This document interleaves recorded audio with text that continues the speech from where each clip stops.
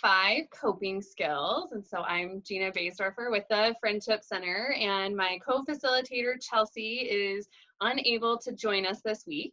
So with coping skills this week, we thought it would be really fun to do a more experiential video. And to do that, we have invited one of the wonderful local providers here, Caitlin McWilliams. I'll let her introduce herself, and then we will jump into doing some of the exercises that she has planned for today. So welcome, Caitlin. Thank you so much for doing this with us today. Thank you, Gina. I gotta check the time because I just realized I can get so into this that I might go much longer than 15 minutes, but I am Caitlin McWilliams and I'm here in Helena.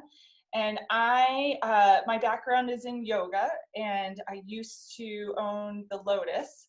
And I have been spending the past decade studying how the body can be incorporated in processing trauma. And so currently I'm studying with a group founded by Peter Levine, and it's called Somatic Experiencing. So it all falls in the same wheelhouse, but really what I do, the work that I do with private clients now is just working with the nervous system, working with those habits that we have of automatic response, our fight, flight, freeze, and using tools that incorporates the body to just get a little bit of space. So sometimes our mind thinks it's all in control. Maybe you've experienced that. And it tells us messages that it really wants us to listen to, and we can lose track of what our body is also trying to say to us. So I support people in being able to hear what the body has to say and then kind of integrating the two. So Gina very kindly invited me to come and join for today with coping skills as this week. And so I thought I would share just 3 exercises that I used personally, that I offer to clients, and that a lot of my teachers use as well. And this time of year, for me at least, and for a lot of people that I work with, overwhelm seems to be kind of, well, I mean, let's be honest, it's not just this time of year, right? But that feeling in the system where the language that we use is kind of that double bind, where you're kind of, trapped between a rock and a hard place. And so your system really fires off, but there's not always a way to tend to it. And so in those moments of overwhelm, it can be really helpful to have a couple of ways to not override it, not just try to down-regulate it, because it's an important message, but just get a little bit broader space to be able to see things instead of quite so tunneled as we get when our animal feels threatened. So the first one to share with you is called Orienting, and this one is based on, so my teacher, Peter Levine, he studied a lot of just kind of how animals act in nature, because we are animals, even though our big brain may want us to think that we're separate from it. We are actually animals.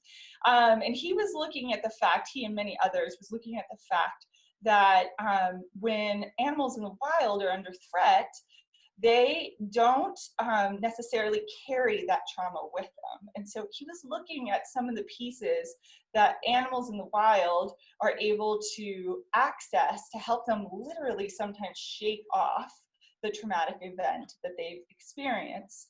And so, of course, it's never that simple. But one of the things that he found in watching animals in the wild is that after a traumatic event happens, or any time that their system kind of goes whoop, high alert, right? If you think of watching a rabbit, it's clear when the rabbit notices that someone's there, right? The ears go up, they might kind of go side to side, and it's very different experience just looking at the animal from when they're just kind of hopping around eating grass. And so one is not better than the other, but it is really depleting when we get stuck in that high alert. And so if you're noticing yourself with that hypervigilance, that kind of, oh, what was that sound? Or, that feeling that you can only see directly in front of you, or that there's just something in your system that feels pretty shocky. And as I'm describing that, you might notice that your system went with me a little bit. You may not, but Remember, we are social creatures, so just keep that in mind as I describe things.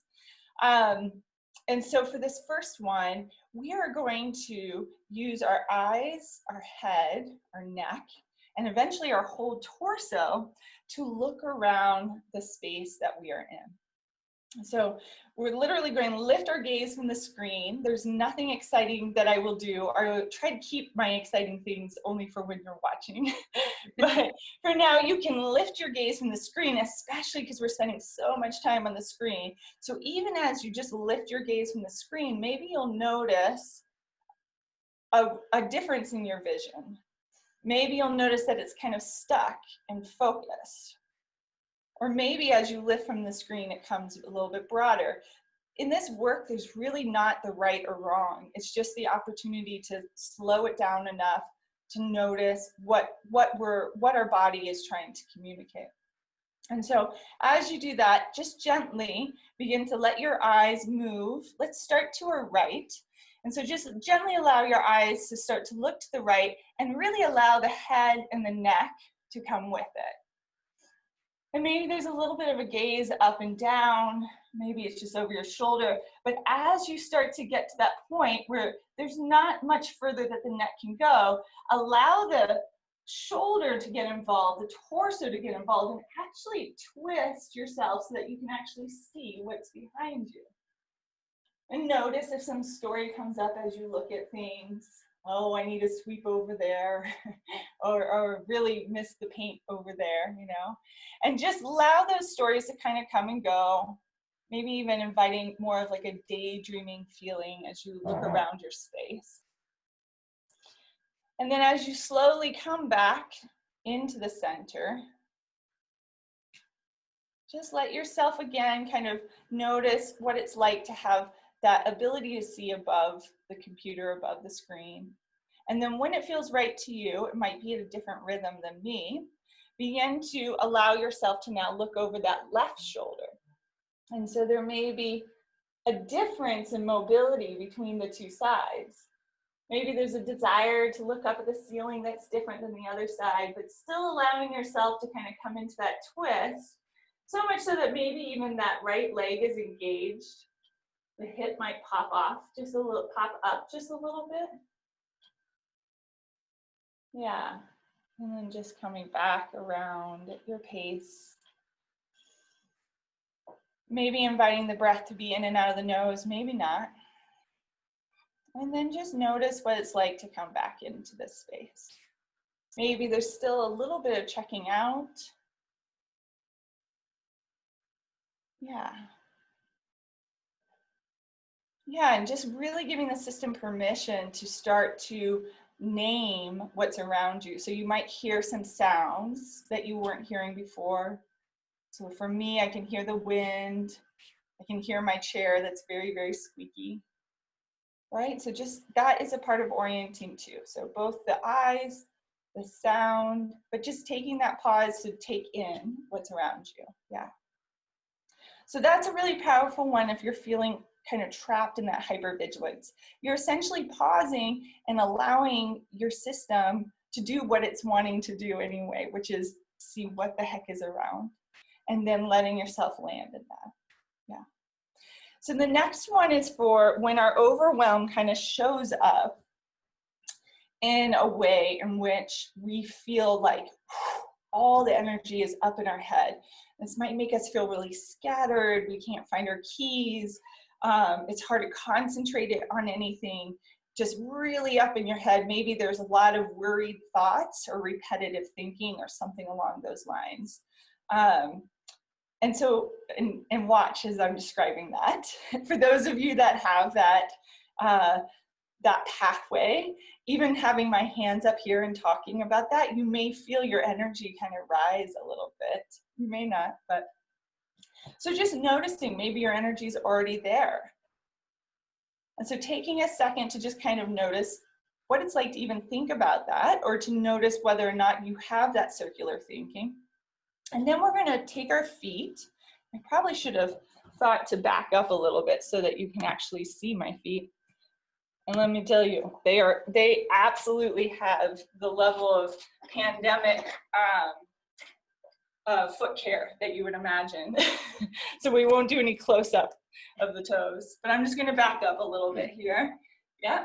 So if you're sitting on your chair, you may want to scoot forward so that your feet can actually be placed on the floor.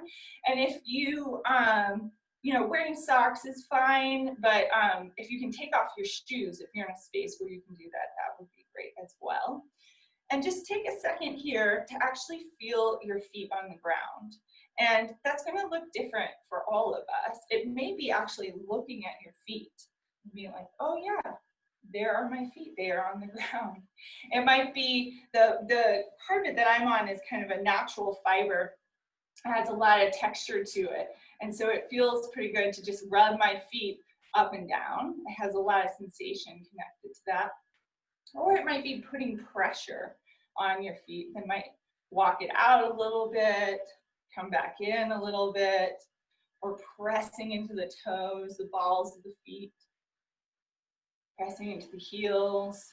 Yeah, and then just finding that place. There's no alignment focus. There's no like, this is the way to put them. It's listening to your feet and allowing them to communicate it with you.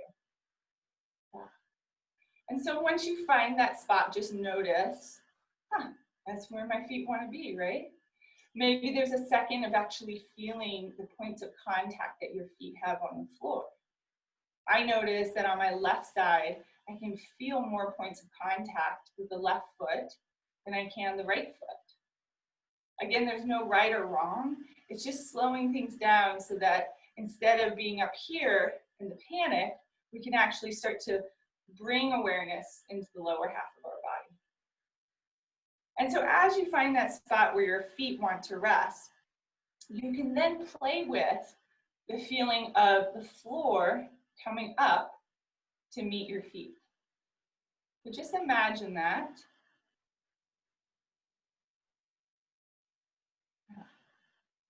And maybe at some point the floor comes up too far. And then you can imagine the floor coming back down. Maybe then the floor is hard to feel. And so is there a place kind of in the middle? A place of pressure that you can imagine the floor giving back to your feet, the earth giving back to your feet, and feeling that support. Just letting all of your attention go there.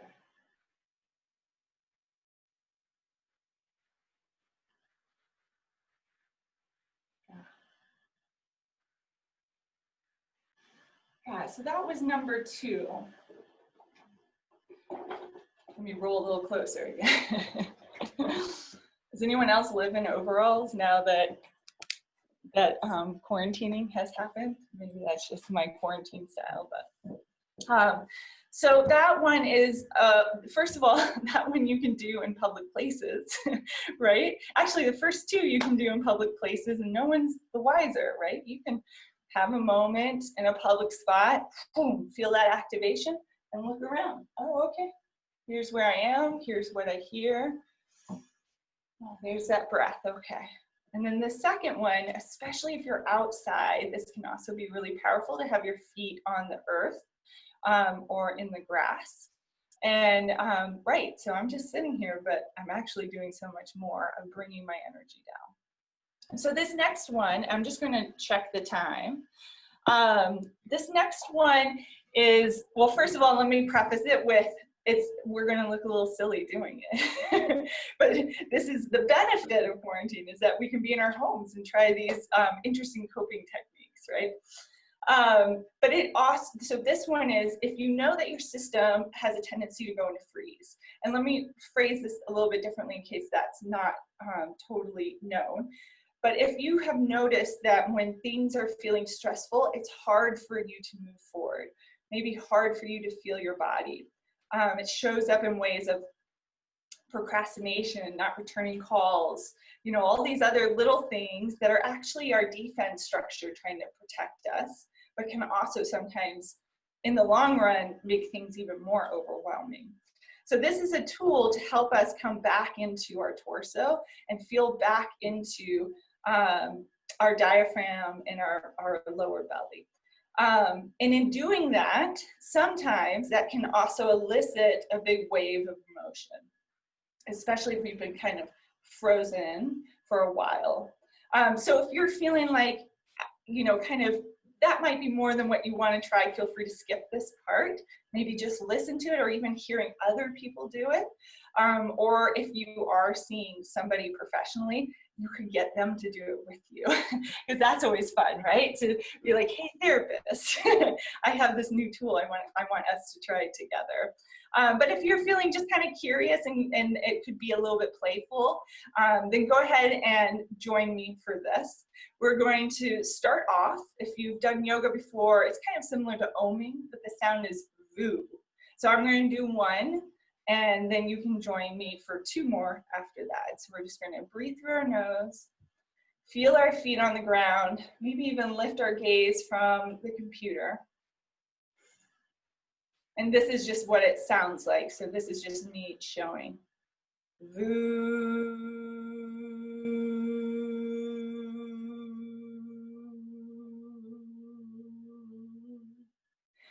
And we aren't starting a band, so it's okay if you do not sound like me or if our pitches do not match.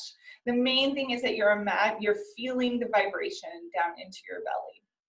And sometimes even helps to have your hands there on your stomach. Yeah. So now we'll do it 2 times. Okay.